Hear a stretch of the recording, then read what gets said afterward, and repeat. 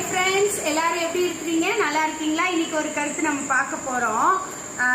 பாடல்கள் என்ற பெயரிலே பக்தி விருத்தி மறையுதே, நவநாகரிக பாட்டிலே நற்சாட்சியும் குறையுதே. ஆனால் தாவீதை சுற்றி வந்த தரமான பாடல்கள். யோசிச்சு பாருங்க, என்ன ஆன்சரா இருக்கும்? அது என்ன கெஸ் பண்ணிட்டீங்களா? தெரியல, நானே சொல்லிடுறேன். ரட்சண்ய பாடல்கள். சங்கீதம் 32:7 ரட்சண்ய பாடல்கள் என்று சொல்லி போடப்பட்டிருக்கு. இதுக்கு சரியான ஆன்சர் அதுதான். இப்போ நவநாகரிகம் அப்படின்னு சொல்லிட்டு எப்படிப்பட்ட பாடல்களை நம்ம பாடிக்கொண்டு இருக்கிறோம்?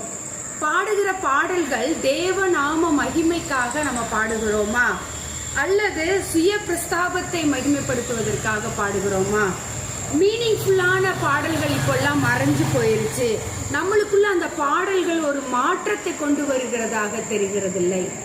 நம்ம எப்படிப்பட்ட